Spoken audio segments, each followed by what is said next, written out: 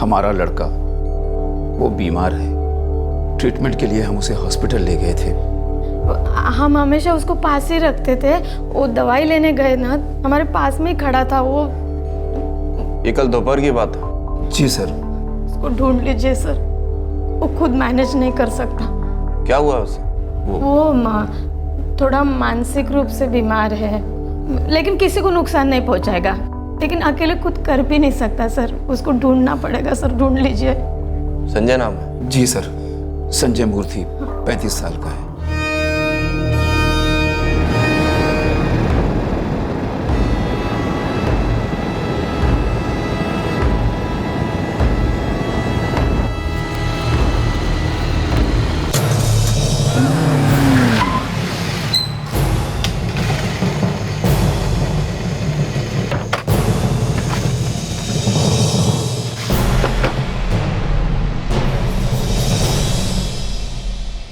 क्या है भाई, कौन हो तुम? बोला था ना तेरे को, ये आरटीआई के चक्कर में मत पड़। बहुत हीरो बनने का शौक है तेरे को। तुझे क्या लगा तू अपनी इस आरटीआई से सबके कपड़े फाड़ देगा और हम भजन कीर्तन करेंगे, आरती उतारेंगे तेरी? देखो, मुझे जो करना है वो मैं करूंगा, और तुम्हारी इन धमकियों से मैं डरने वाला नहीं हूँ। चलो हटो, अब रास्ता छोड़ो। रास्ता तो हम छोड़ेंगे, लेकिन इससे पहले तू ये दुनिया छोड़ेगा।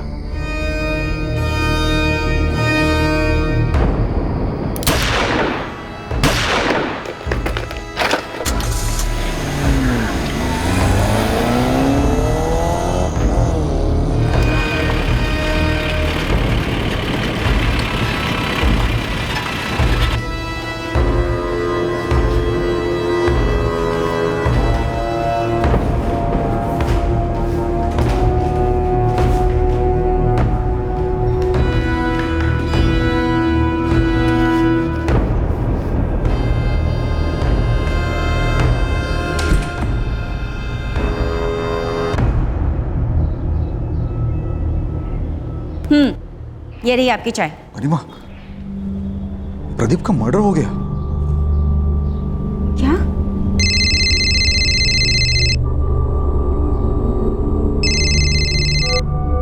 हेलो। क्यों बे दीपक उपाध्याय, खबर पड़ी कि नहीं? कौन बात कर रहा है? उस प्रदीप की तरह तू भी बड़ा उछल रहा है। ये लास्ट वार्निंग है। ये जो तेरी आरटीआई गिरी है, इसका दी एंड कर दे, आज के आज।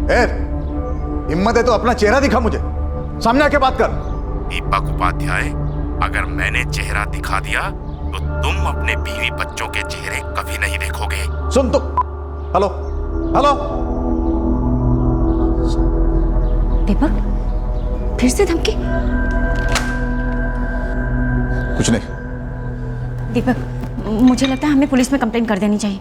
मम्मी, पापा, आप लोग पुलिस के पास क्यों जा रहे हो? अरे कुछ नहीं बेटा, वो बस ऐसे ही कुछ काम है।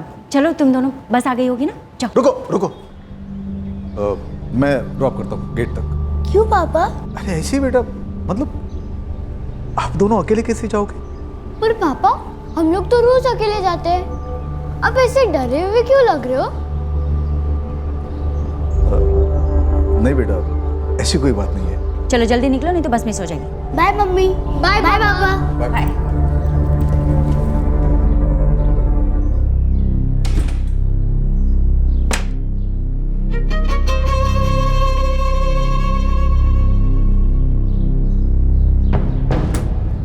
दीपक, हमें इस कॉल को इग्नोर नहीं करना चाहिए। प्लीज पुलिस स्टेशन चलो। मुझे बहुत अजीब सा लग रहा है। गरिमा, कुछ नहीं होगा, कुछ नहीं होगा। पर हाँ, हमें रिस्क भी तो नहीं लेना चाहिए। Right to information act, RTI, ये सच के सिपाहियों का वो रामबाण है जो भ्रष्टाचार का दहन कर सकता है। जाहिर है कई आरटीआई एक्टिविस्ट को रोजाना धमकियां मिलती हैं, जैसे कि दीपक उपाध्याय को मिली। पर दीपक के सर पर खतरे की तेज तलवार लटक रही थी। वो कई शक्तिशाली लोगों के रास्ते का कांटा बन चुका था। दीपक भी जान गया था कि फोन पर दी गई धमकी को हकीकत बनने में देर नहीं लगेगी।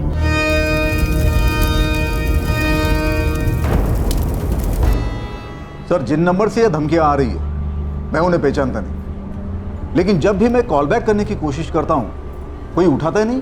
अब वो नंबर मुझे बताइए, हम ट्रैक करने की कोशिश करते हैं। सर, मुझे ढूंढने होंगे। एक अरसे से ये धमकियां आ रही है। ठीक है, तो आप अपनी कॉल लिस्ट में से वो नंबर ढूंढ लीजिए, उसके बाद हम ट्रैकिंग पे लग जाएंगे। सर, प्रदीप गर्ग का मर्डर कल हुआ है और आज हमें दोबारा ये धमकी आई। सर, हमारी जान को खतरा है, हमारे 2 बच्चे भी हैं और ये सब। आपको कुछ तो अंदाजा होगा कि ये कौन लोग हो सकते हैं जो आपको इस तरह की धमकियां दे रहे हैं। सर, कुछ लोगों के करतूतों के खिलाफ मैंने आरटीआई पिटीशन फाइल की है, इसलिए बड़ी तकलीफ हो रही है उन लोगों को। कौन लोग हैं मिस्टर उपाध्याय, नाम बताइए। एक तो काशिफ शेख है, कॉन्ट्रैक्टर है।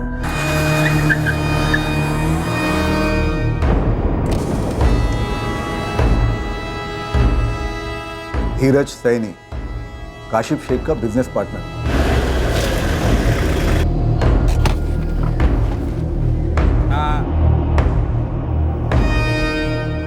और तीसरा पार्टनर है विक्रांत शर्मा।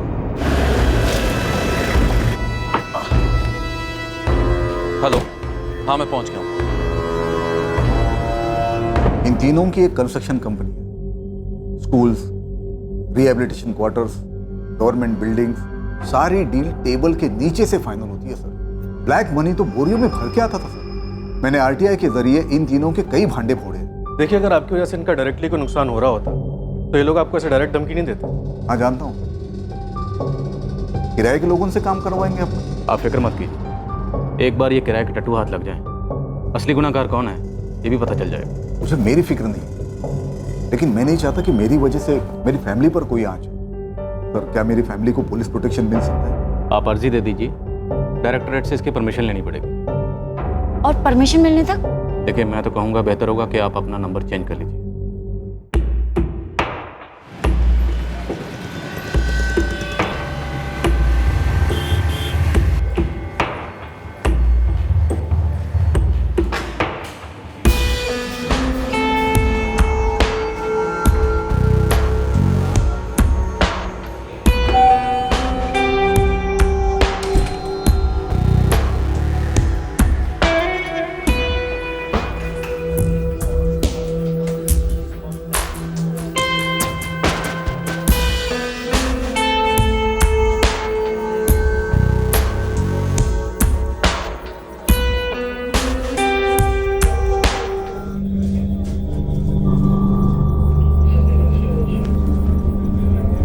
दीपक, सब सही है ना?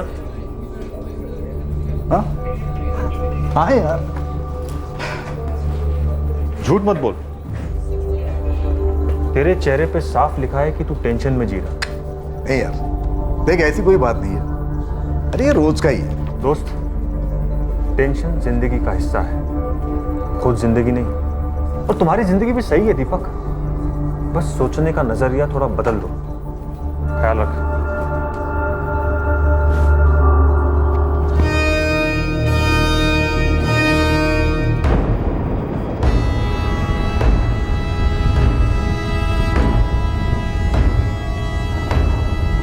जीवन, समीर।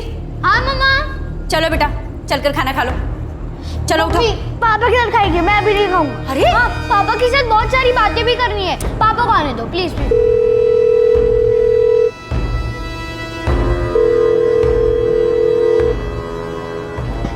वो खेल रहा है। नहीं, तू रूम में खेल रहा है। तो मैं खेल रहा। तो हर बार तू नहीं खेलेगा। नहीं आ जाएगी तुम।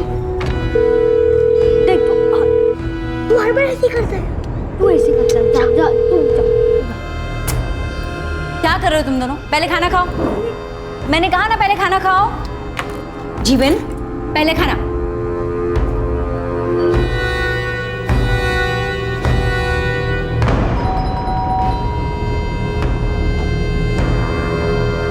हाय नंदिनी। हाय पापा।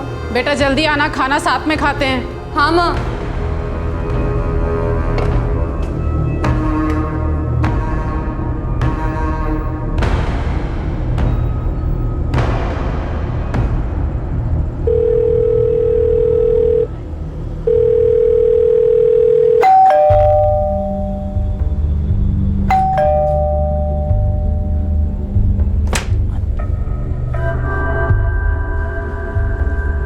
दीपक, ये आपको क्या हुआ? आप ये सब क्या क्या हो? दीपक, आप दीपक, ये सब क्या हुआ दीपक? दीपक,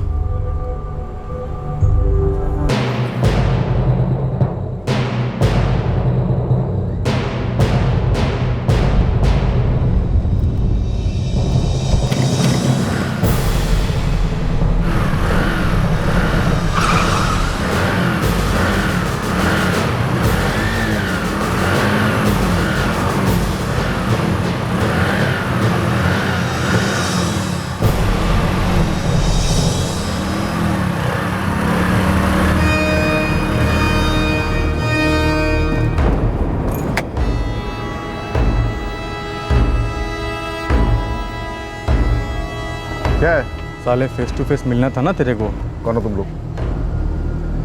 मैं पूछ रहा हूँ, कौन हो तुम लोग? कौन हो तुम लोग?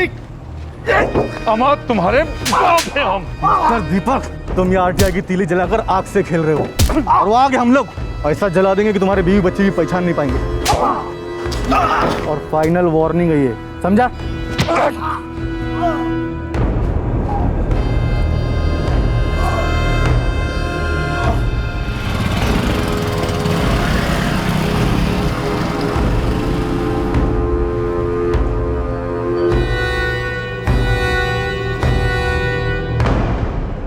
दीपक, दीपक मुझे बहुत डर लग रहा है। डर तो मुझे भी लग रहा है करीमा, लेकिन इतना भी नहीं कि इन बुज़दिलों की धमकियों से डर के मैं पीछे हटूं। हाँ, लेकिन ना मैं पीछे हटूंगा ना झुकूंगा। जो करना है कर ले वो।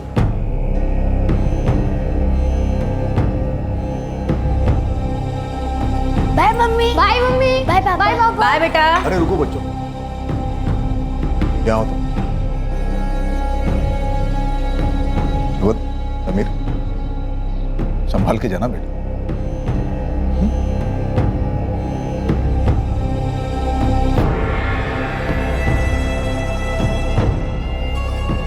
Bye bye papa.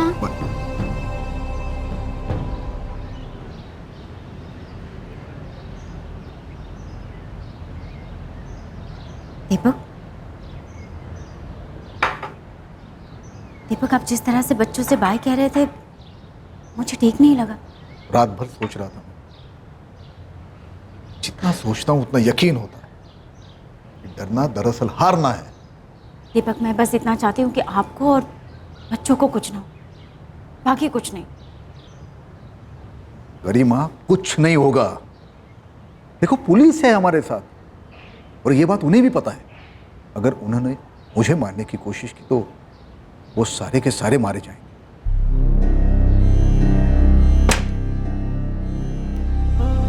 बाय गरिमा। बाय, संभाल कर जाइएगा।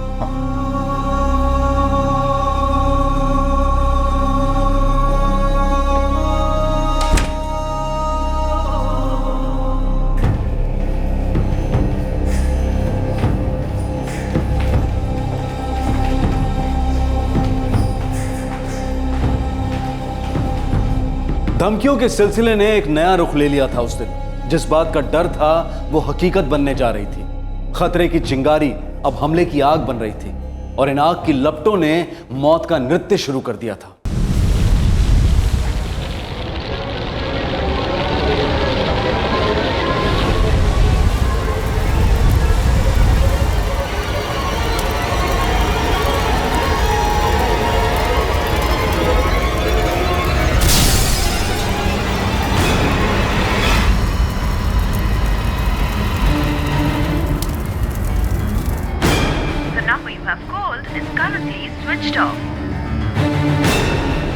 इनका फोन स्विच ऑफ कैसे?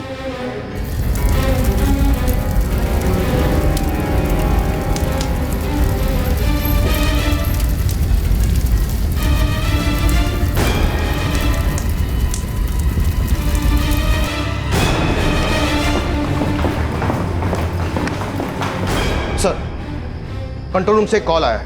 नानक रोड पर एक गाड़ी चल रही है। चलो।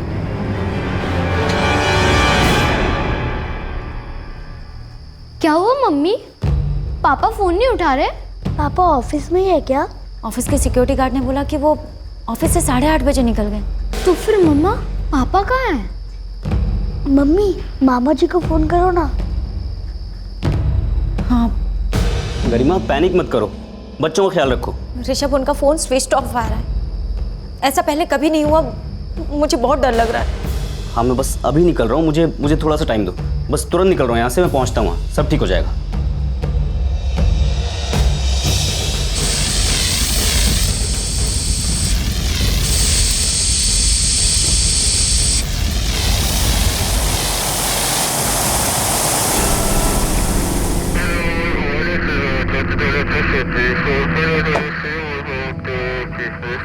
नवदेव सर अंदर एक लाश पड़ी हुई है, पूरी तरह से जली हुई।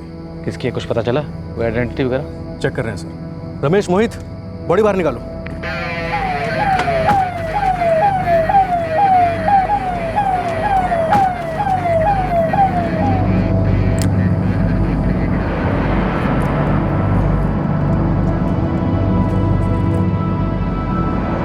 सर, अंदर से मोबाइल मिला है, पूरी तरह जला हुआ है।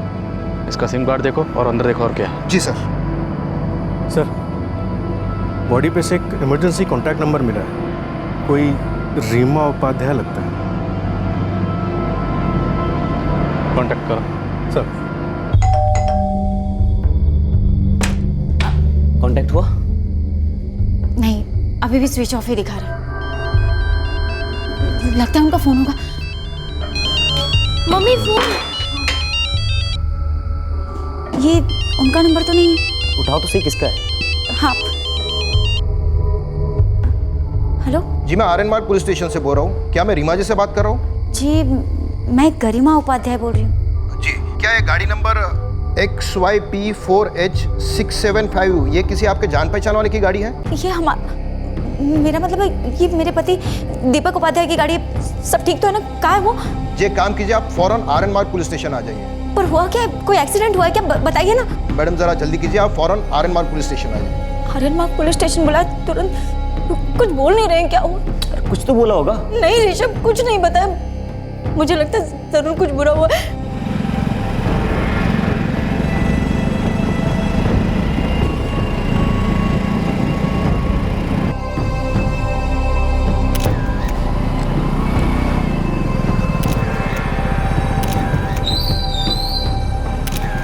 ऋषभ, ये हमारी कार है ना? सर ये हमारी गाड़ी है।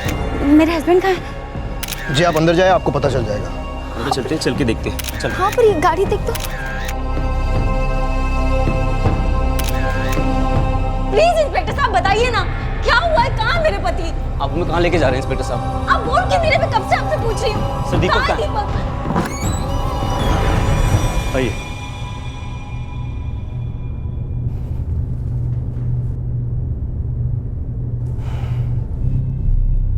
लाश पूरी तरह जल चुकी है, शिनाख्त करना मुश्किल हो रहा है।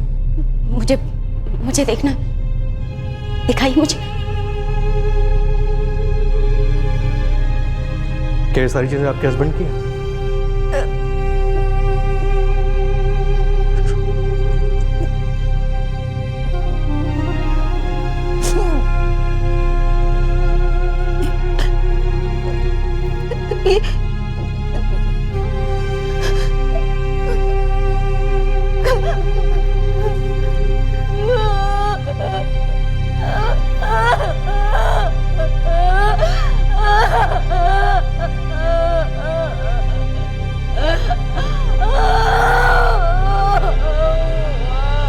कार पूरी तरह से जल गई है।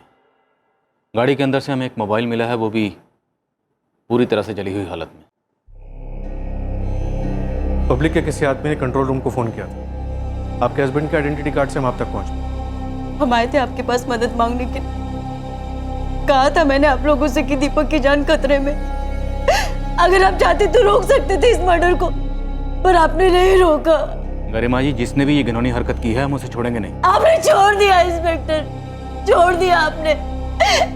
जब उन्हें गिरफ्तार करना चाहिए था तब तो आपने कुछ नहीं किया। अगर आप चाहते तो इस मर्डर को रोक सकते थे, और नहीं रोका आपने, नहीं रोका। और उन लोगों ने मार डाला मेरे पति को, मार डाला उन लोगों ने।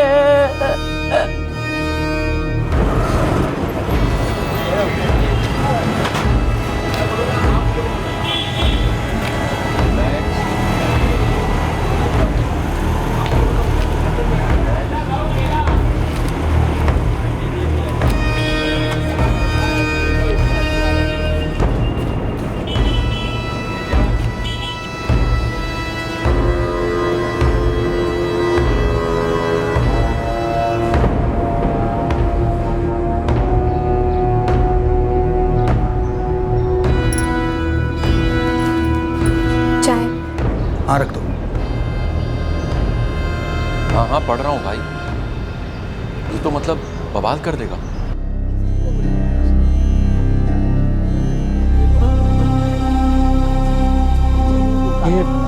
ये सब हुआ कैसे? कुछ पता नहीं है भाई, पुलिस इन्वेस्टिगेट कर रही है। लेकिन मुझे मालूम है किसने किया। दीपक की इस आहुति को हम व्यर्थ नहीं जाने देंगे। हम कल पुलिस स्टेशन चलेंगे और धरना प्रदर्शन करेंगे। दीपक के कातिलों को सजा दिलवा के रहेंगे।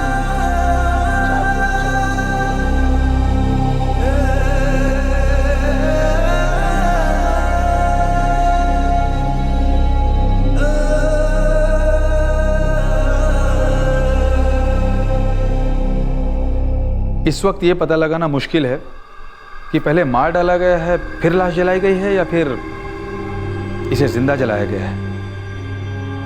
इन्हें धमकियां दी जा रही थी कि इन्हें जिंदा जला दिया जाएगा। इधर आग बाहर से लगाई गई है या अंदर शॉर्ट सर्किट से आग लगी।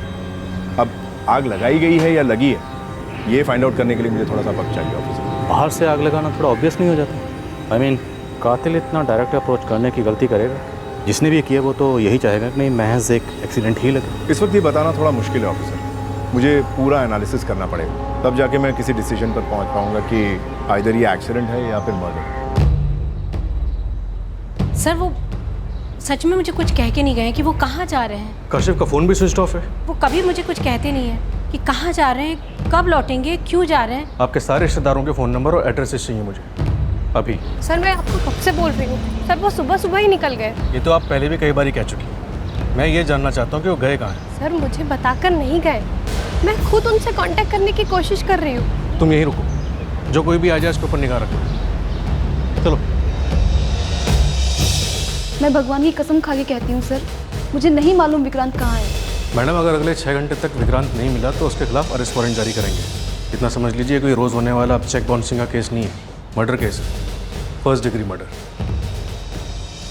काशिफ शेख, धीरज सैनी और विक्रांत शर्मा, ये तीनों ही कॉन्ट्रैक्टर्स हैं। इनके खिलाफ मेरे पति दीपक उपाध्याय ने आरटीआई दर्ज की थी और इन तीनों की तरफ से उन्हें बार बार धमकियां आ रही थी। आपने पुलिस कंप्लेंट की थी?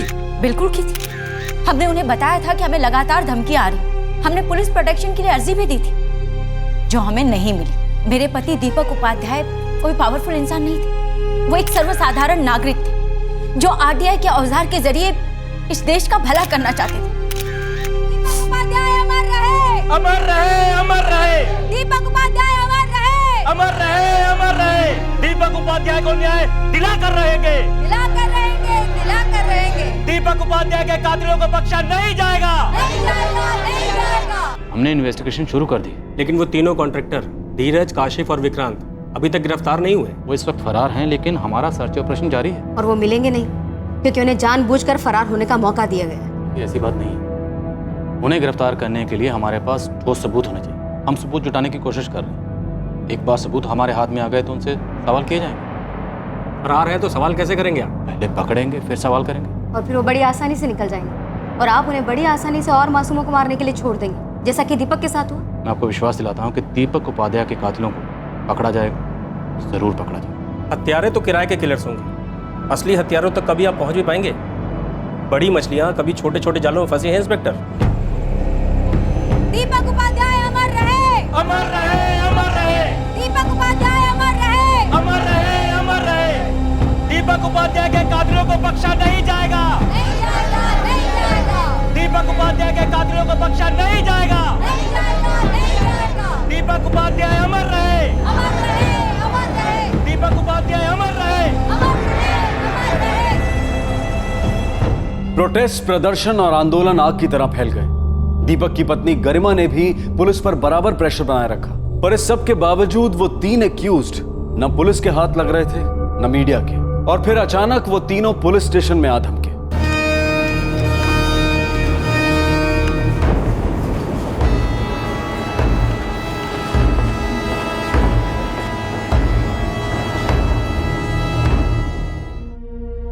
ये है मेरे क्लाइंट्स के एंटीसिपेटरी बेल ऑर्डर।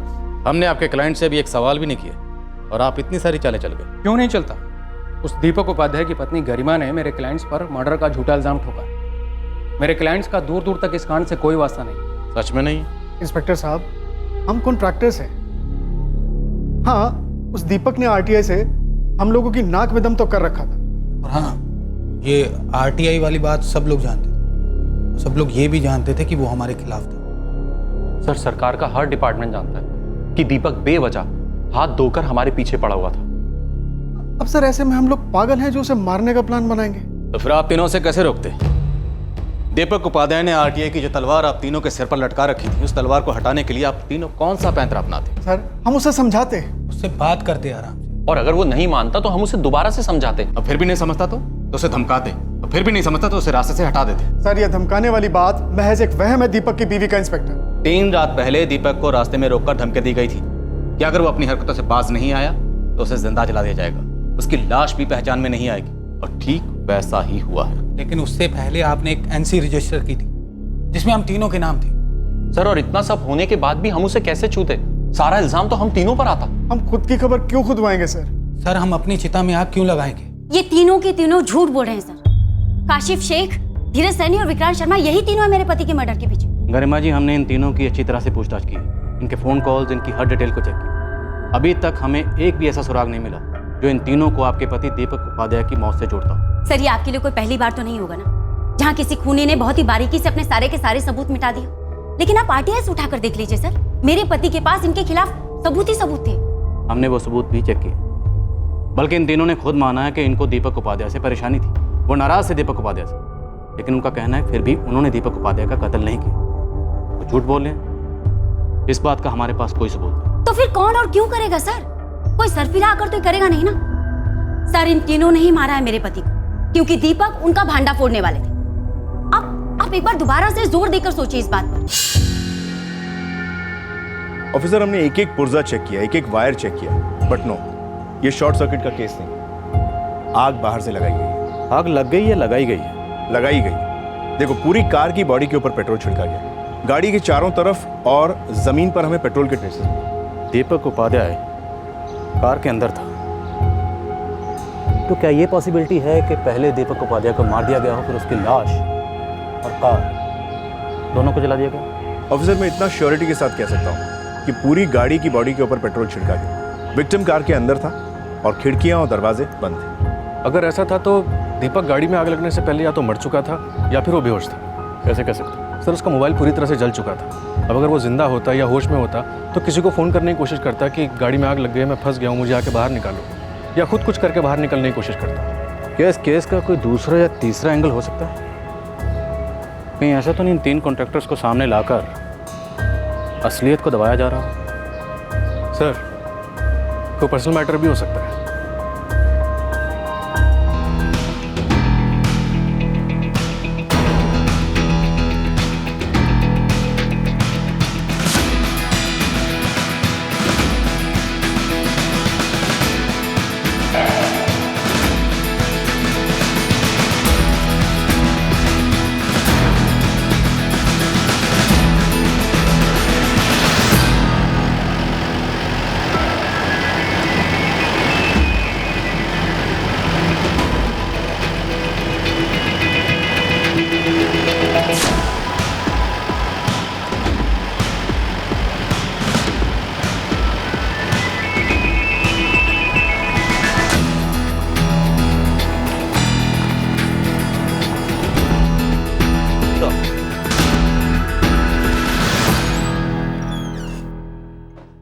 क्या कह रहे थे आप?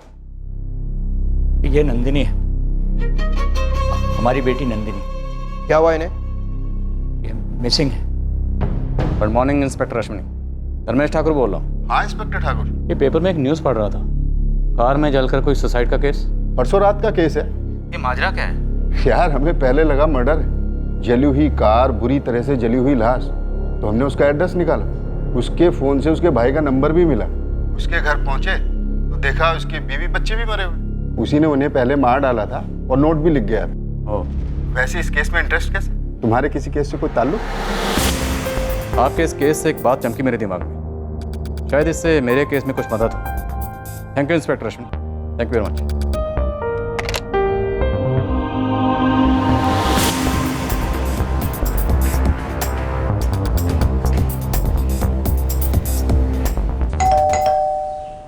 सुसाइड? कह क्या रहे हैं? हम हर पॉसिबिलिटी को टटोलने की कोशिश कर रहे हैं। क्या दीपक को कोई मेंटल प्रॉब्लम थी, किसी तरह का कोई डिप्रेशन? मेंटल प्रॉब्लम मेरे पति दीपक को नहीं, पर आपको जरूर है। मैं वहां आपके पुलिस स्टेशन जाती हूँ, आपका एक आदमी कहता है कि शायद एक्सीडेंट का केस, और अब आप एक नया तमाशा शुरू करें सुसाइड का। होने को कुछ भी हो सकता है मैडम। क्या दीपक किसी बात को लेकर डिस्टर्ब थे? हाँ, डिस्टर्ब तो थे, पर उन कॉन्ट्रैक्टर द्वारा दी जा रही धमकियों की वजह से। आप ही बताइए इंस्पेक्टर, कोई भी आदमी चैन से कैसे रह सकता है, खासकर जब उसके बीवी बच्चों को मार दी जाने की बात की जा रही है। गरिमा जी, कुछ भी साबित नहीं हो पा रहा क्योंकि लाश पूरी तरह से जल गई थी। पर आप मुझे जरूर कुछ साबित करना चाहते, बस बात को गोल गोल घुमा रहे हैं। देखिए, ऐसा लग रहा है कि जब गाड़ी में आग लगी तो दीपक ने गाड़ी से भागने की कोशिश नहीं की, अपने आप को बचाने की कोशिश नहीं की, किसी को फोन नहीं किया, जबकि उनके पास मोबाइल फोन था। आप पूरी तरह से तैयारी करके आए मिस्टर ठाकुर।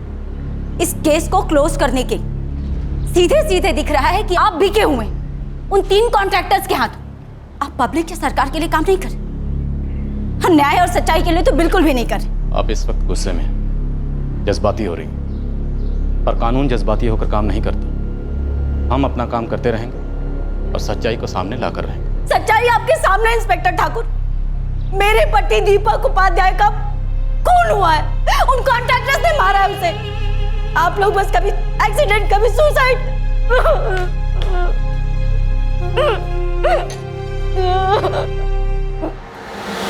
ये कोई पर्सनल मामला हो सकता है, बस लग रहा है कि ये कोई पर्सनल मामला है। इस दीपक उपाध्याय के ऑफिस में खबरी एक्टिवेट करो, बल्कि ऑफिस में नहीं, इसके मोहल्ले में जहां कहीं भी ये आता जाता है, सब जगह। शायद हम कुछ मिस कर रहे हैं और वो हमें चीख चीख कर पुकार रहे हैं। सर, आरटीआई एक्टिविटीज को लेकर दीपक को मिली धमकियों और अटैक वाला एंगल पुलिस को इस केस में आगे नहीं ले जा रहा था। अब उन्होंने सभी व्यक्तिगत मामलों को टटोलना शुरू किया। फिर एक दूसरे केस ने दीपक उपाध्याय केस पर एक अलग किस्म की रोशनी डाली, और इस रोशनी में एक दरवाजा खुला, और इस दरवाजे के साथ एक बहुत ही अजीब पिटारा खुला जिसने इस केस को सर के बल उलट दिया।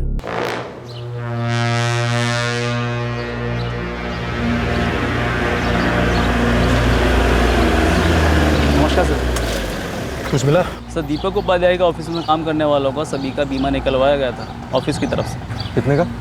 45 लाख रुपए का बीमा था दीपक का, जिस पर अब उसकी वाइफ और उसका साला दोनों क्लेम करने पर तुले हुए हैं। कुछ झोल लग रहा है क्या? नहीं, झोल का तो नहीं पता, लेकिन हाँ, उसका ऑफिस में एक बहुत ही खास दोस्त है, अरुण यादव। कुछ बोला वो? मुझसे तो कुछ नहीं बोला, लेकिन आप पूछेंगे तो शायद आपको कुछ बोल दे। हेलो, अरुण यादव जी बोल रहा हूँ। आप कौन? पीएसआई नवदीप डागर बोल रहा हूँ, आरंगमार्ग पुलिस थाने से। दीपक उपाध्याय के बारे में कुछ बात करनी थी तुमसे। जी कहिए, क्या जानना चाहते हैं आप? वही जो हम नहीं जानते और शायद तुम जानते हो। थाने आ जाओ।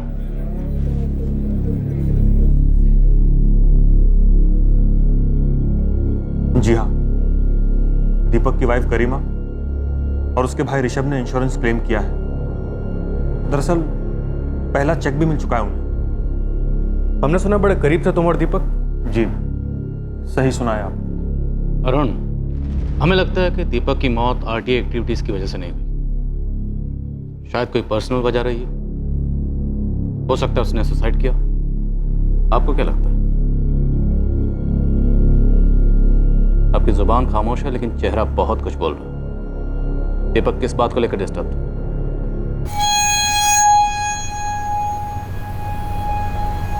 दीपक था तो काफी डिस्टर्ब्ड। किस बात को लेकर? एक औरत को लेकर। कौन सी औरत? यार अरुण, सच्चाई ये है कि मैं उससे प्यार करता हूँ। और सच्चाई ये भी है कि तुम शादीशुदा हो, 2 बच्चे हैं। दीपक, क्या गरिमा इस बारे में जानती? नहीं जानती, पर शायद जान जाएगी। क्योंकि गरिमा को दीपक के अफेयर के बारे में कैसे पता चलता? क्योंकि वो औरत दीपक की पड़ोसी है, नंदिनी।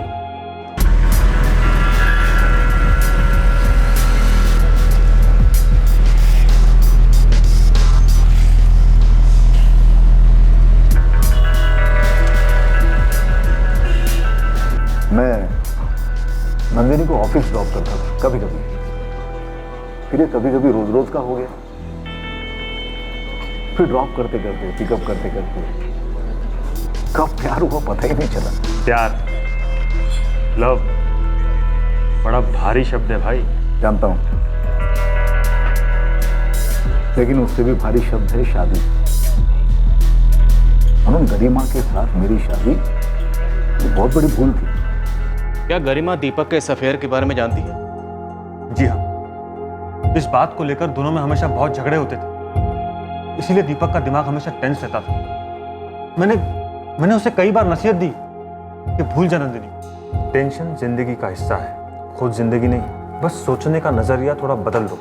क्या ये हो सकता है इन सब झगड़ों से परेशान होकर दीपक ने सुसाइड किया? सर मैं श्योरली तो नहीं बोल सकता, पर दीपक था काफी डिस्टर्ब्ड। वो लोग इस केस को क्लोज करना चाहते हैं, कहते हैं सुसाइड केस था। बस उन्हें केस को जैसे तैसे क्लोज करना।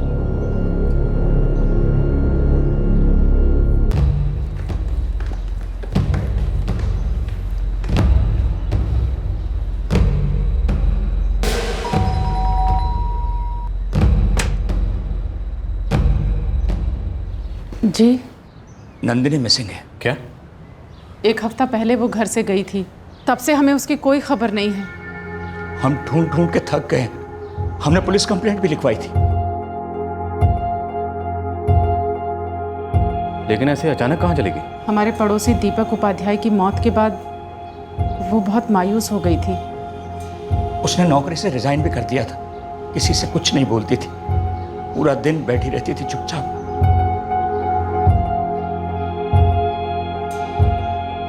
क्या आपको पता था कि नंदिनी और दीपक का अफेयर चल रहा था?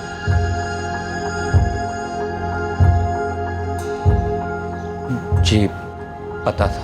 आपको क्या लगता है दीपक उपाध्याय ने सुसाइड किया होगा? ये हम कैसे कह सकते हैं? उसकी मौत की खबर सुनने के बाद तो हम सुन्न हो गए थे। हमें नंदिनी की बहुत चिंता सताने लगी थी। नंदिनी दीपक से बेहद प्यार करती थी और उसकी मौत के बाद वो टूट सी गई। इंस्पेक्टर जैसे भी वो आप उसे ढूंढ निकाली। हम समझ सकते हैं कि दीपक की मौत के बाद उसकी दुनिया में अंधेरा छा गया था, पर अब तो कई दिन हो गए हैं। जिंदगी ऐसे तो नहीं जी जा सकती। लेकिन नंदिनी गई कहाँ? पता नहीं इंस्पेक्टर, पर कई अखबारों में हमने इश्तिहार दिए, उसकी फोटोग्राफ छपवाई, पर कोई रिस्पॉन्स नहीं। हम समझ ही नहीं पा रहे हैं कि इंतजार का दुख हमें क्यों दे रही है वो। सर, इस गरिमा से भी पूछताछ बनती है, शायद ये कुछ छुपा रही है। No, I don't think so. पहले हमें इस केस की गहराई तक पहुंचना होगा। सबसे पहले हमें इस नंदिनी राजपूत को ढूंढना होगा। एक बार ये नंदिनी राजपूत हमारे हाथ लग गई तो सारी सच्चाई खुद ब खुद सामने आ जाएगी। नंदिनी राजपूत हमें क्लियर करेगी कि दीपक उपाध्याय का मर्डर हुआ या उसने सुसाइड किया। ये केस एक तीर से 2 निशाने वाला लगता है। जिसने दिल तोड़ा उसकी जान ले लो और उसकी मौत की कीमत भी खुद ही वसूल करो।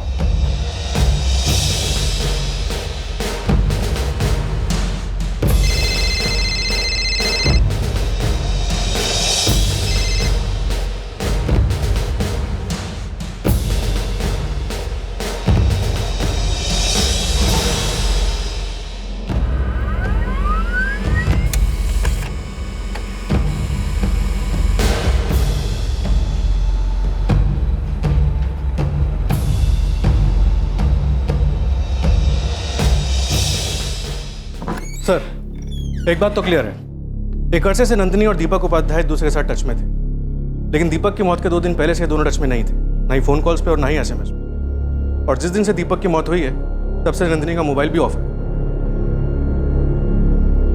नंदिनी के फादर का कहना था कि नंदिनी कुछ डिस्टर्ब थी, किसी से कुछ नहीं बोलती थी, पूरा दिन बैठी रहती थी चुपचाप। दीपक उपाध्याय की मौत से 2 दिन पहले इन दोनों के बीच में कोई कम्युनिकेशन नहीं था। No SMS, no calls. ऐसा क्यों हुआ होगा?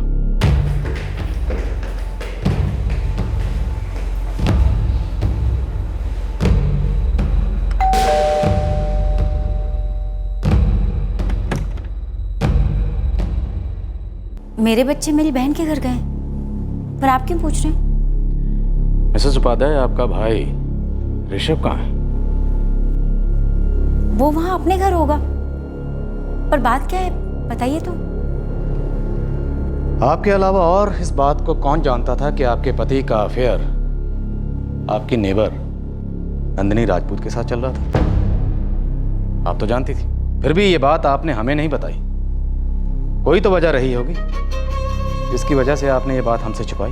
वजह ये थी इंस्पेक्टर कि आप लोग इस केस को कभी सुसाइड कभी एक्सीडेंट पता नहीं क्या क्या करार दे रहे थे, जबकि सच्चाई ये है मेरे पति को उन कॉन्ट्रैक्टर्स ने जलाकर मार डाला।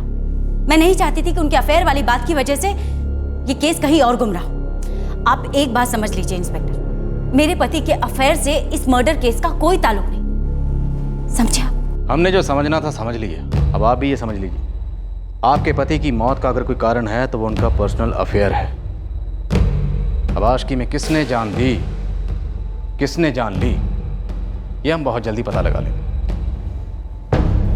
आप जो भी बोलना चाहते हैं साफ साफ बोलिए। साफ साफ तो आपको बोलना चाहिए था मैडम, लेकिन आप तो चुपचाप बैठी रहे, जबकि हम कोई और ही एंगल पकड़कर तहकीकात करते रहे। ये केस मर्डर का है या सुसाइड का, अगर कोई शख्स जानता है तो वो शख्स आप हैं। चलिए मान लेते हैं कि मेरे पति की उस लड़की के साथ दोस्ती थी, खास किस्म की दोस्ती या जो भी, लेकिन मेरे पति उसके लिए, उस लड़की के लिए सुसाइड नहीं कर सकते, बल्कि वो किसी भी कारण के लिए सुसाइड नहीं कर सकते इंस्पेक्टर।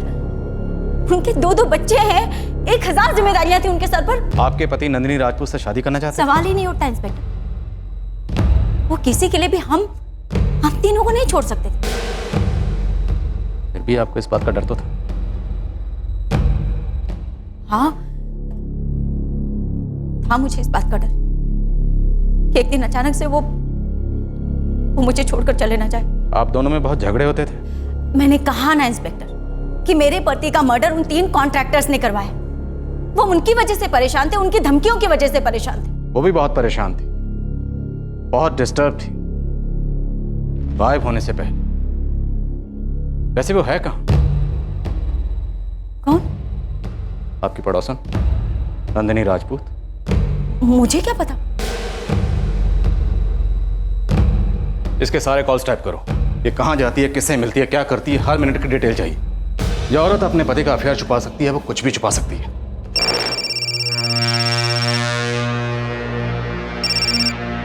हेलो मिस्टर अभय है क्या? बोल रहा हूँ। मिस्टर अभय, आपकी बेटी नंदिनी मुंबई में है। आप कौन है?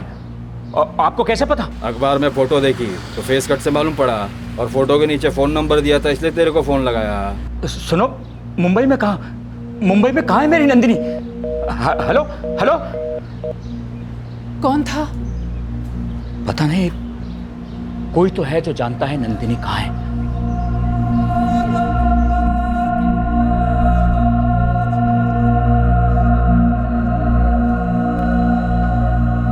दीपक भैया के कातिल का कुछ पता चला है ऋषभ? नहीं, पुलिस अपना काम कर रही है। कोई प्रूफ मिला है? कुछ बात आगे बढ़ी? मुझे क्या पता कविता।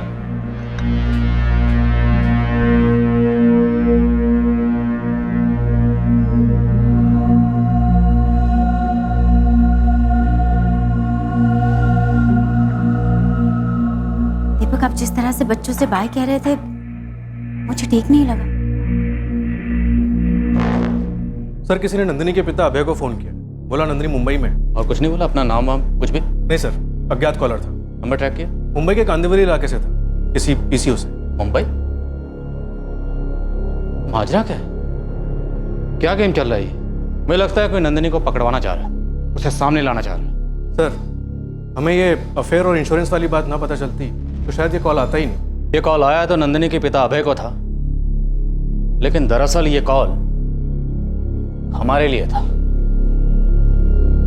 हमें गुमराह करने के लिए। मैं बोल रहा हूँ ना, मुंबई में है, जल्दी चले आओ और ले जाओ अपनी बेटी नंदिनी को। देखो, सच बोल रहा हूँ मैं, और यही सही होगा उसके लिए। ए भाई, अरे कैसा बाप है रे तू? तेरी बेटी की तेरे को जरा भी फिक्र नहीं किया? देख, अभी तेरे को लास्ट टाइम बोल रहा है, ताबड़ तो मुंबई आ जा, वरना तेरी नंदिनी शायद तुझे कभी दिखाई नहीं देगी। हमें कुछ भी समझ में नहीं आ रहा है सर, क्या करें? अब मुंबई कोई छोटा सा गांव तो है नहीं, 2 करोड़ लोगों की आबादी में हम अपनी नंदिनी को कैसे ढूंढेंगे? बहुत डर लग रहा है इंस्पेक्टर साहब। सर कोई भी हमें ऐसा फ़ोन क्यों करेगा? हमारी बेटी को कोई तो खतरा होगा। सर बाकी के दोनों फ़ोन कॉल्स भी वहीं से ट्रेस हुए हैं, मुंबई के कांदीवली इलाके से। दोनों अलग अलग पीसीओ से किए गए। मुंबई के कांदीवली इलाके में आपका कोई रिश्तेदार है? मुंबई? नहीं सर, वही तो मैं कह रहा था, मुंबई में हमारा कोई नहीं है। दोनों बार एक ही बंदे ने फ़ोन किया था? दोनों बार आवाज़ सेम थी? वही आवाज़ थी सर, बहुत भारी सी आवाज़ है उस आदमी की। ये फ़ोन कॉल्स महज फ़ोन कॉल्स नहीं है, दरअसल इशारे हैं। किताब नहीं समझिए सर, हालात ठीक नहीं। मुंबई पुलिस को इन्फॉर्म करो, उनकी मदद की ज़रूरत पड़ेगी। चूहे बिल्ली का खेल शुरू हो गया, खेलना तो पड़ेगा।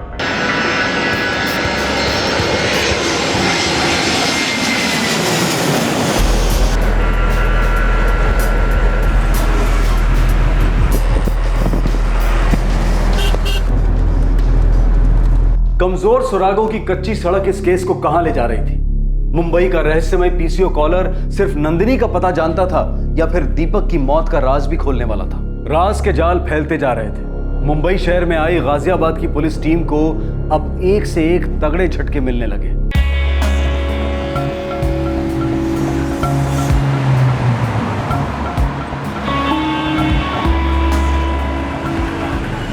चेहरा याद नहीं रहता हमें तो तारीख कैसे याद रहेगी? और कौन कब आता है फ़ोन करने यहाँ? अपने को क्या करना है? मैं तो ये फ़ोन की तरफ देखता तक नहीं हूँ, बस बिल फाड़ा, पैसा लिया, निकल पड़ो। और कोई रोज रोज आए तो? मोबाइल का ज़माना ऐसा है, रोज रोज स्टडी करने कौन आता है यार? सर दूसरे पीसीओ पर चलते हैं।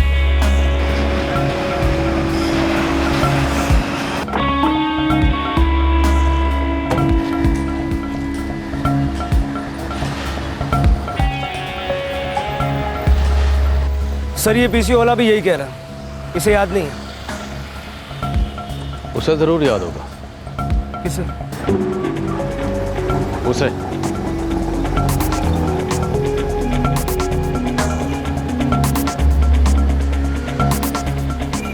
इस महीने की 21 तारीख 1:45 से 2:15 के बीच का फुटेज मिलेगा? हाँ सर, ज़रूर मिलेगा।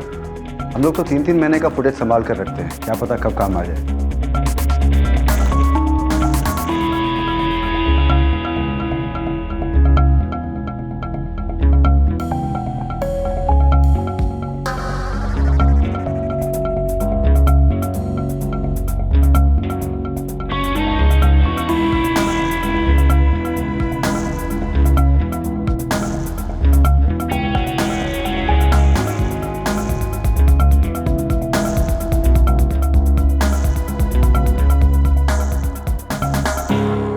एक मिनट, ये हमारा बंदा हो सकता है, फ्रीज कीजिए।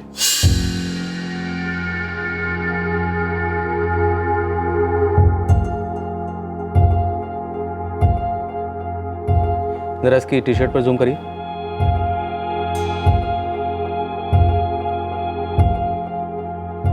स्पेंटा फार्मास्यूटिकल्स। स्पेंटा फार्मास्यूटिकल्स में तो सर दीपक काम करता था।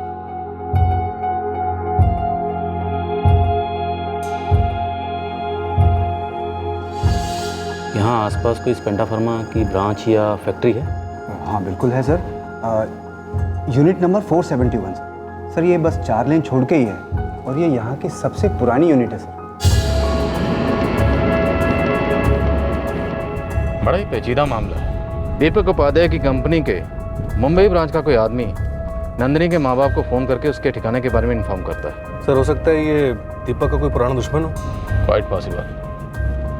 मोहब्बत और दुश्मनी में इंसान का दिमाग बड़ा ही टेढ़ा चलता है। एक बात होता है, ये केस हमें काफ़ी लंबे अरसे तक याद रहने वाला है।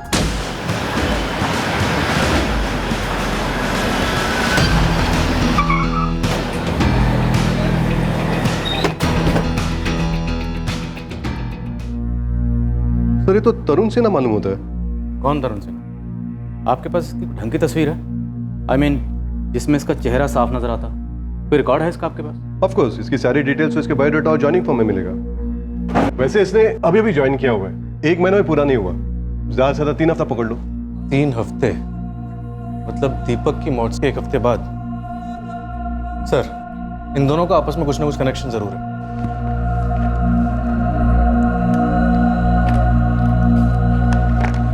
ये है तरुण सिन्हा की सारी डिटेल्स। सर वैसे आज तरुण का ऑफ डे है। ये यहाँ मशीन ऑपरेटर का काम करता है? जी। इसमें ये जो एड्रेस मेंशन है ये कहाँ का है? ये तो गुरई का है, यहीं पास में।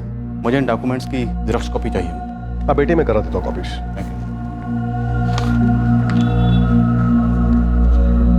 पावड़े साहब, इस बंदे पे 24 घंटे निगरानी रखनी होगी। पॉसिबल है? बिल्कुल पॉसिबल है सर, अभी करवाते हैं।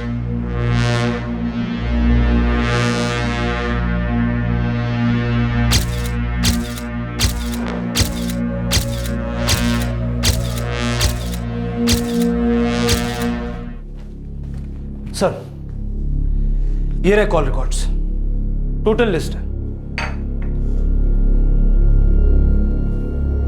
ये तरुण सिन्हा तो काफी खामोश किस्म का इंसान लगता है। सिर्फ 2 ही नंबर्स के कांटेक्ट में और दोनों से बहुत कम वक्त के लिए बात हुई है। जरा पता करो ये दोनों नंबर्स आखिर हैं किसके। सर शिंदे। सलाम साहब, फोटोज वाइफ है इस पंटर की, फैमिली प्लानिंग चल रही है। हम दो, हमारे अभी नहीं। इसने एक घर अभी भाड़े पे लिया है, 3 हफ्ते भी फुल नहीं हुए।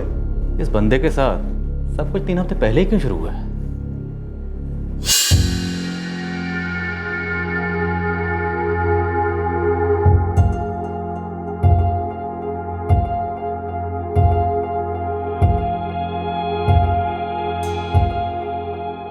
चेहरा जरा देखो गौर से।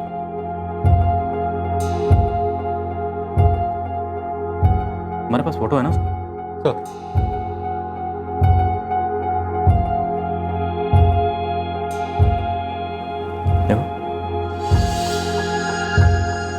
चलती है ना, एकदम जेरॉक्स कॉपी। Yes sir. मिलता है सर। अगर ये दोनों चेहरे मिलते हैं तो क्या ये केस वही केस है जिसके लिए हम मुंबई आए, या ये कोई और केस बनने वाला है?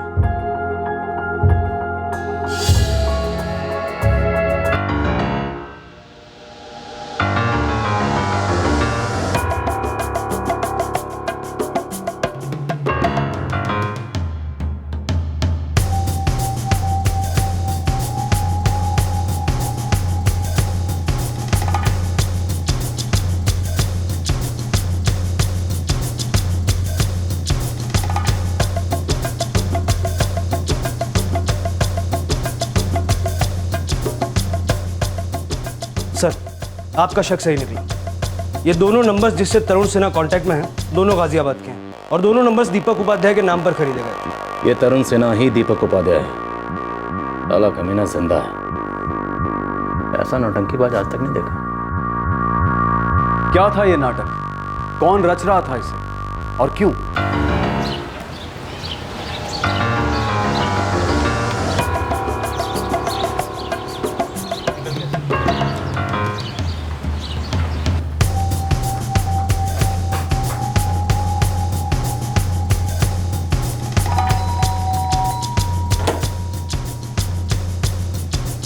नंदिनी राजपूत। हाँ जी। आप लौट चलिए, आपको आपके घर ले जाने आए हैं। क्या मतलब है आपका? बात क्या है? आपके पति का नाम क्या है? तरुण सिन्हा।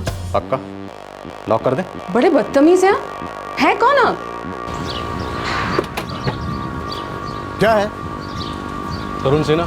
हाँ मैं हूँ तरुण सिन्हा। झूठ, तुम झूठ बोल रहे हो और ये तरुण सिन्हा भी एक झूठ है। Excuse me. क्यों? मिस्टर स्वर्गवासी दीपक उपाध्याय। क्या क्या बोलिए आप? हो कौन आप? अरे क्या? एक मिनट मेरी बात सुनिए। ये क्या हो रहा है? देखिए आपको कोई गलत फहमी।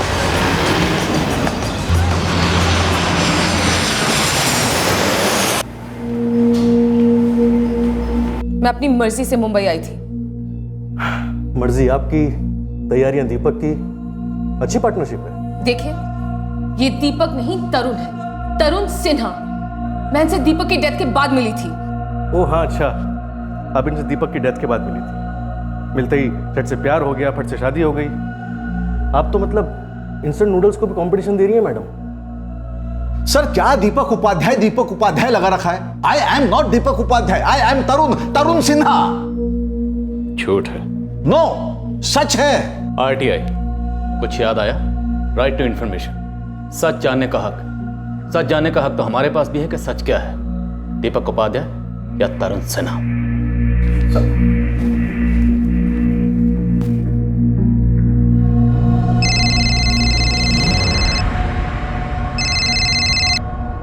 हेलो, गर्मा जी, इंस्पेक्टर धर्मेश ठाकुर बोल रहा हूँ। केस सॉल्व हो गया? क्या सच में आपने दीपक के कातिल को पकड़ लिया?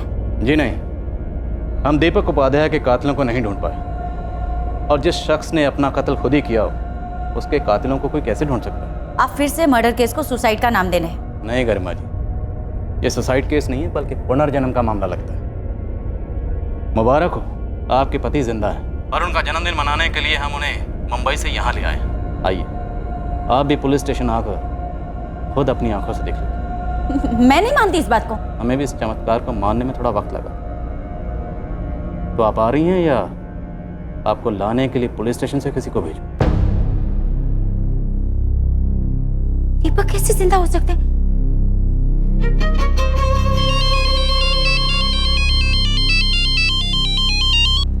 हाँ गरिमा, ऋषभ, पुलिस स्टेशन से कॉल आया था। कुछ मिला क्या? हाँ, वो लोग कह रहे हैं कि दीपक जिंदा है। क्या? हाँ, मुंबई में कहीं मिले, उन्हें यहाँ लेकर आ रहे हैं। लेकिन ये कैसे हो सकता गरिमा?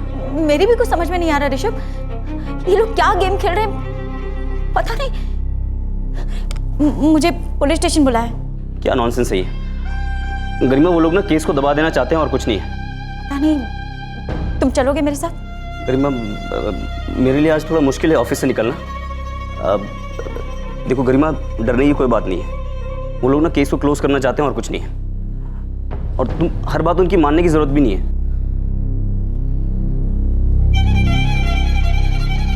कुछ बोलती क्यों नहीं? क्या है ये सब? और ये आदमी कौन है? पुलिस का कहना है कि आदमी दीपक है, और पुलिस ये भी कह रही है कि तुमने और दीपक ने मिलकर कोई साजिश की है। क्या हो रहा है ये सब? पापा, माँ, ये लोग नहीं समझ रहे। वो आदमी दीपक नहीं, तरुण सिन्हा है। इंस्पेक्टर साहब, बहुत ही फिल्मी तरीका ढूंढा है अपने इस केस को क्लोज करने का। गरिमा जी, जिंदगी फिल्मों से ज्यादा फिल्मी हो सकती है। आइए, आपको आपके मरहूम पति से मिलवाता हूं।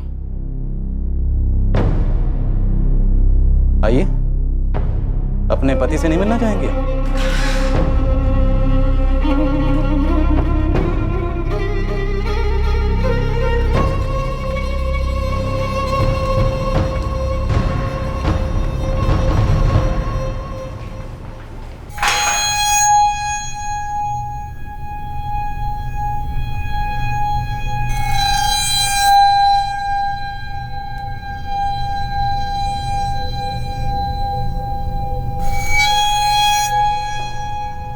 दीपक उपाध्याय, आपके पति।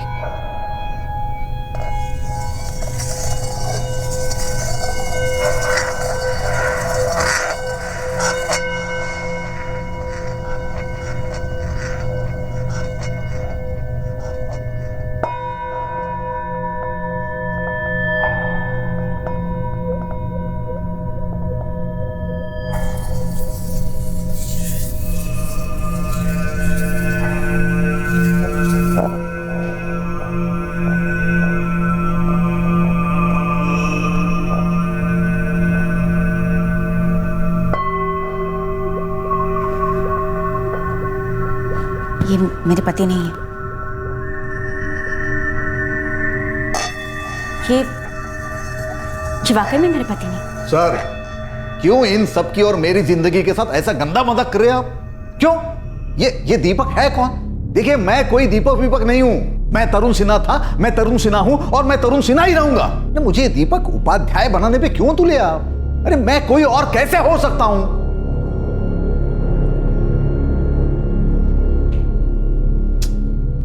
एक आदमी मुंबई से आपके माँ बाप के घर फोन करता है, आपका राज खोलता है, यूं कह लीजिए आपको पकड़वाता है।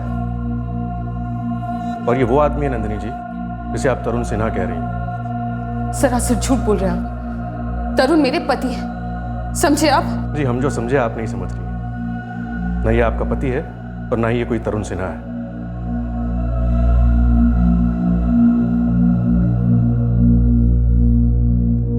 जो भी हो, ये मेरे पति नहीं है। और मैं जानती हूं कि आप लोग कोई गेम खेल रहे हैं। 100% गेम खेला जा रहा है गरिमा जी। बस ये पता लगाना बाकी है कि कौन सा खिलाड़ी किस टीम का। आपके पति ने अग्नि को साक्षी मानकर जिस हाथ से आपको थामा था, उस हाथ पर आपने क्या देखा? अब कहना क्या चाहते हैं? यही कि तरुण सिन्हा के हाथ पर आपने ऐसा क्या देखा जिससे आपको यकीन हो गया कि वो तरुण सिन्हा नहीं बल्कि आपका पति दीपक उपाध्याय ही।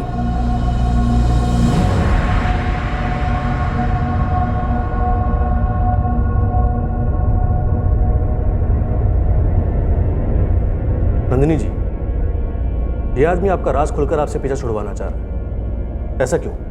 क्योंकि ये भी किसी से पीछा छुड़वाने की कोशिश कर रहा था। किससे? अपने आप से, दीपक उपाध्याय से। गुड। तो अब आप ये मानती हैं कि ये आदमी दीपक उपाध्याय ही है? मानना कैसा? मैं तो हमेशा से जानती थी यही दीपक है। शायद उसे ठीक से पहचानती नहीं थी। वो दीपक ही है, मेरे पति दीपक उपाध्याय। वो अपना हुलिया चाहे जितना भी बदल ले, पर अपने हाथ पर का वो निशान वो कभी नहीं मिटा सकते।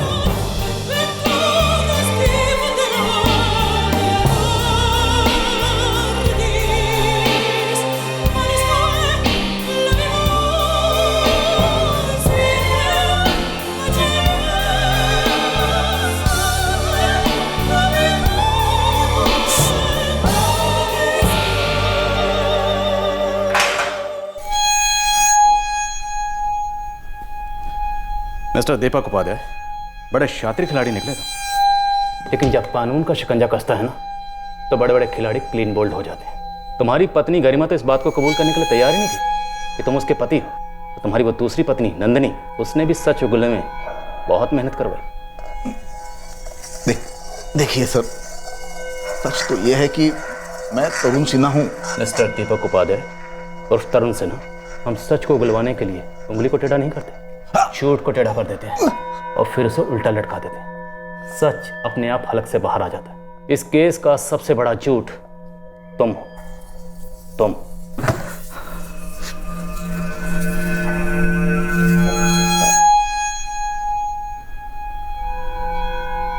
हाँ, मैं हूँ दीपक उपाध्याय। गरिमा और नंदिनी दोनों ने इस बात को कबूल किया था कि पुलिस की हिरासत में जो आदमी था वो तरुण सिन्हा नहीं बल्कि वाकई दीपक उपाध्याय था, जो पूरी दुनिया के लिए कुछ दिनों पहले मर चुका था। आखिरकार दीपक ने भी अपनी असलियत को कबूल कर लिया। दीपक का कबूलनामा एक ऐसे भयंकर और क्रूर प्लान को रोशनी में लेकर आया जो उसने खुद रचा था अपने स्वार्थ के लिए। कार में जो बुरी तरह से जली हुई लाश रखी थी, वो लाश किसकी थी? दीपक, जीवन, समीर, जल्दी आओ।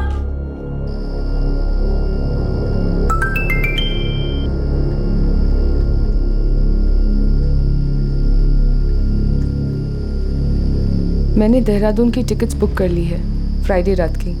रिटर्न ट्यूसडे की ली है। चलेगा ना? Now come on. गरिमा के साथ कोई एक्सक्यूज बना लेना काम को लेकर। ऑफिस में एक्सक्यूज बना लेना फैमिली हॉलीडे के बहाने। ओके? कल ही छुट्टी के लिए अप्लाई कर देना ऑफिस में, भूलना मत। नंदिनी, मेरे बारे में नहीं तो कम से कम अपने बच्चों के बारे में सोचा होता, इस घर के बारे में सोचा होता, जिसे बनाने के लिए दिन रात मैंने खून पसीना एक किया। दीपक, दीपक, तुमने और नंदिनी ने मिलकर मेरी और मेरे बच्चों की जिंदगी बर्बाद की। मैं आखिरी सांस तक तुम दोनों को नहीं छोड़ूंगी। सुना तुमने? नहीं छोड़ूंगी मैं तुम दोनों को। नंदिनी और मेरे अफेयर को छुपाने की मैंने लाख कोशिश की, छुपा नहीं पाया। सर, मैं उसे कह नहीं पाया कि अब मैं उसे प्यार नहीं करता। जीजा जी क्या कर रहे हैं आप? ये गरिमा का कोई ख्याल नहीं है? ऋषभ, ये क्या जीजा जी लगा रहे हो? देखो, तुम पहले मेरे दोस्त थे ना, तो साले तो बाद में बने हो। लेकिन मैं अपनी बहन का भाई हमेशा से था और रहूंगा। देखो ऋषभ, मैं नंदिनी से प्यार करता हूँ और आगे भी करता रहूंगा। आपका ये प्यार मेरी बहन और उसके बच्चों की जिंदगी बर्बाद कर रहा है दीपक। मन करता ना यहीं पे तुम्हें जान से मार डालूं मैं। तुम्हें क्या लगता है मैं उन तीनों को ऐसे ही छोड़कर चला जाऊंगा? तो पागल हो गए हो क्या? मैं उन तीनों की जिंदगी पूरी तरह से सेट करके जाऊंगा। वो भी खुश, मैं भी खुश। वादा करता हूं कि तू भी खुश रहेगा। गरिमा मुझे समझ ही नहीं पा रही थी, पर मेरा दोस्त, मेरा साला ऋषभ, वो समझ गया सर कि मेरे दिल में क्या था। मैं बहुत बुरी तरह से डिप्रेशन में चला गया। मेरे मन में सुसाइड के ख्याल आते थे। मैं सोचता था कि खत्म कर दो ये सब कुछ, जान दे दो अपनी।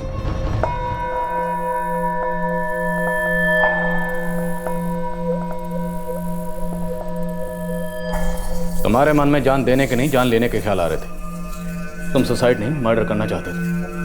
मर्डर। तुम्हारी मौत का ड्रामा तो झूठा था, लेकिन जो गाड़ी में जली हुई लाश थी वो मौत हकीकत थी। वो कैसे मारा गया? कौन था वो? देख ऋषभ, मेरी कंपनी 45 लाख का इंश्योरेंस देगी। लेकिन दीपक, कार में होगा कौन?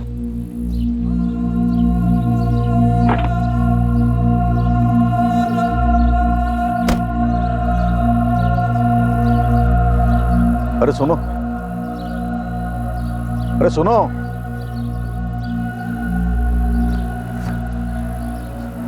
ये लो।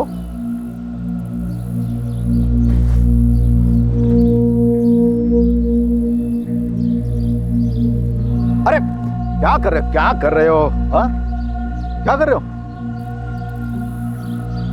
भूख लगी है? भूख लगी है? खाना खाना है?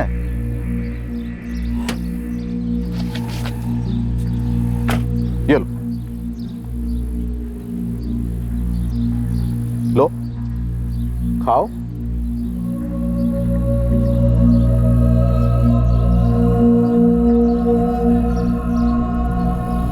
वो आदमी मेंटली ठीक नहीं है। रोज मेरे ऑफिस के आसपास ही दिखाई देता है।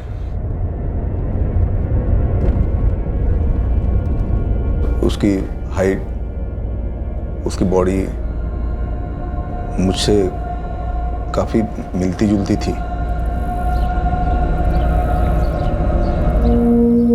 ओए ब्रदर,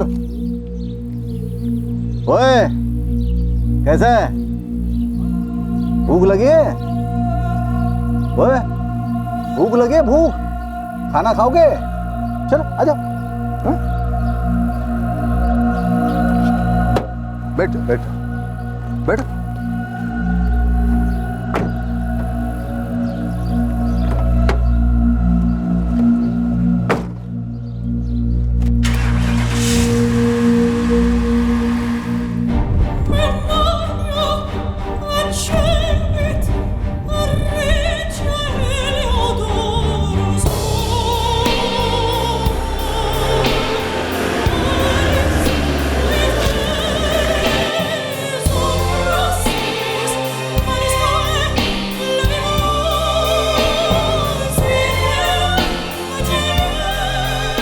कौन था वो आदमी? सर, मैं नहीं जानता वो कौन था। शायद वो खुद भी नहीं जानता था कि वो कौन था।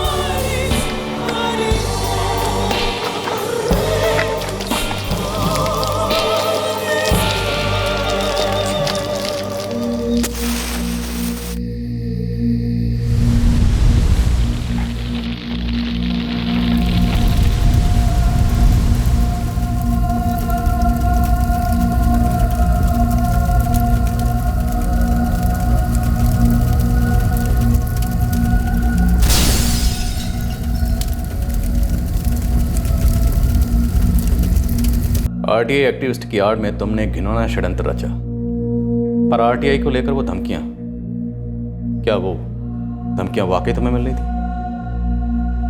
उस प्रदीप की तरह तू भी पड़ाव चल रहा है, ये लास्ट वार्निंग है। मुझे मेरी फिक्र नहीं, लेकिन मैं नहीं चाहता कि मेरी वजह से मेरी फैमिली पर कोई आंच। सर, क्या मेरी फैमिली को पुलिस प्रोटेक्शन मिल सकता है?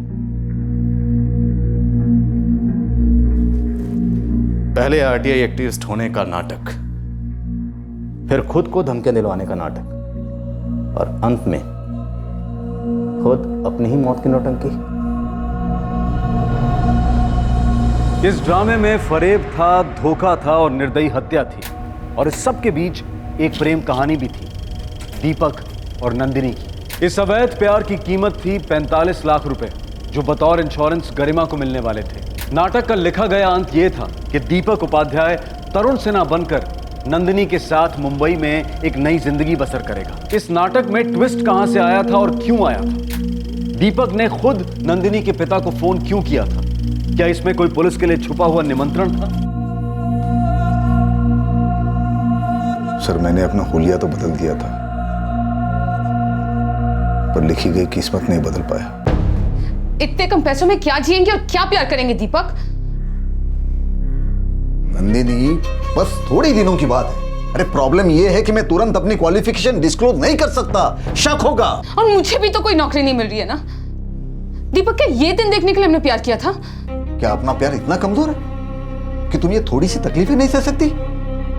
अरे मैं कोशिश कर रहा हूं ना। प्यार में सब्र होना चाहिए, सब्र। सर, यहां जब मैं दीपक उपाध्याय था तो करियर के काफी ऊंचे पायदान पर था, लेकिन जब मैं तरुण सिन्हा बना और मुंबई शिफ्ट हुआ तो मेरी हैसियत काफी कम थी, सैलरी कम थी, इसलिए ये जॉब नंदिनी को पसंद नहीं था। हमारे झगड़े होने लगे। उस वक्त मुझे एहसास हो गया कि मैंने बहुत बड़ी गलती की है। मैंने नंदिनी से कहा कि खत्म कर देते इस रिश्ते को। देखो नंदिनी, हम एक दूसरे के लिए नहीं बने हैं, तुम वापस चली जाओ। उसने नहीं माना।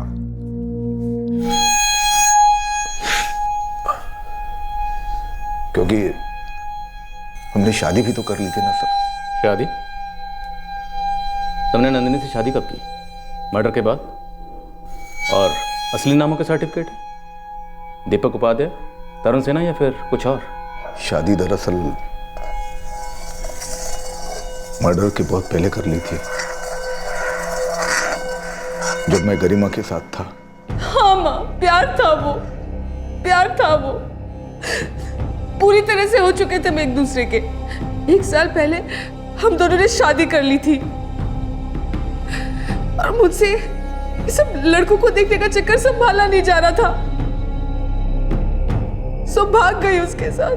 तुम भाग गई उसके साथ, पर वो तुम्हें अपने से दूर भगाना चाहता था।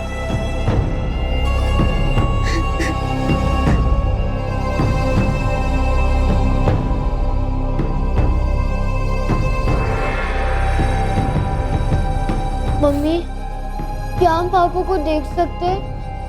देखना है तो देख लो बेटा, पर मैं नहीं जानती कि क्या वो वही आदमी है जो तुम दोनों से और मुझसे इतना प्यार करता। नहीं जानती मैं।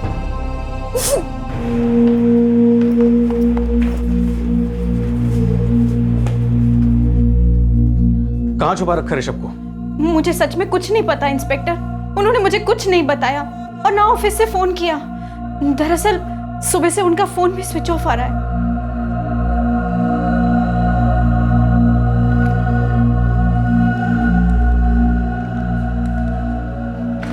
सर, ऋषभ का फोन अभी भी स्विच ऑफ जा रहा है। हमने उसका फोन ट्रैकिंग पे डाल दिया। जो भी हो, मुझे ये ऋषभ चाहिए किसी भी सूरत में। सर, पिछले 5-6 महीनों में 7-8 मिसिंग कंप्लेंट्स आई हैं। अब ये दीपक को आइडेंटिफाई करना होगा, उसने किस आदमी को मार डाला था।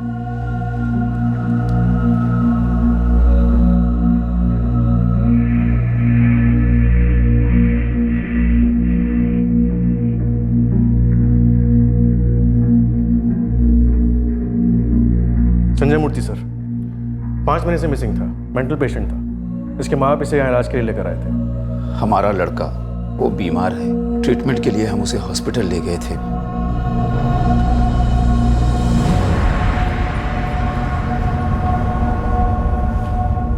मिस्टर मूर्ति, मिसेस मूर्ति, बड़े अफसोस के साथ आपको बताना पड़ रहा है कि आपका बेटा संजय अब इस दुनिया में नहीं रहा। क्या? पर कैसे? उसका मर्डर हो गया।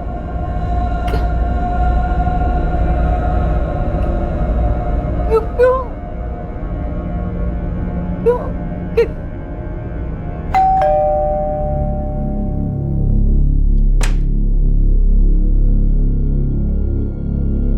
मुझे नहीं पता ऋषभ कहाँ है। मैं तो ये सोच भी नहीं सकती कि मेरा सगा छोटा भाई मेरे पति के साथ मिलकर एक मासूम आदमी का मर्डर कर सकता है, वो भी इसलिए कि मेरा पति अपनी प्रेमिका के साथ जीवन बसर कर सके। आपको ऋषभ ने यह बात कभी भी नहीं बताई कि आपके पति दीपक उपाध्याय और नंदिनी राजपूत ने 1 साल पहले शादी कर ली थी?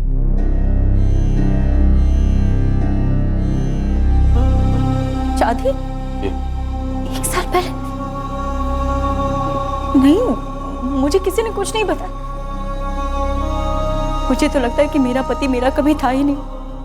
उसने कभी किसी से सच्चा प्यार नहीं किया, ना ही मुझसे और ना ही उस नंदिनी से।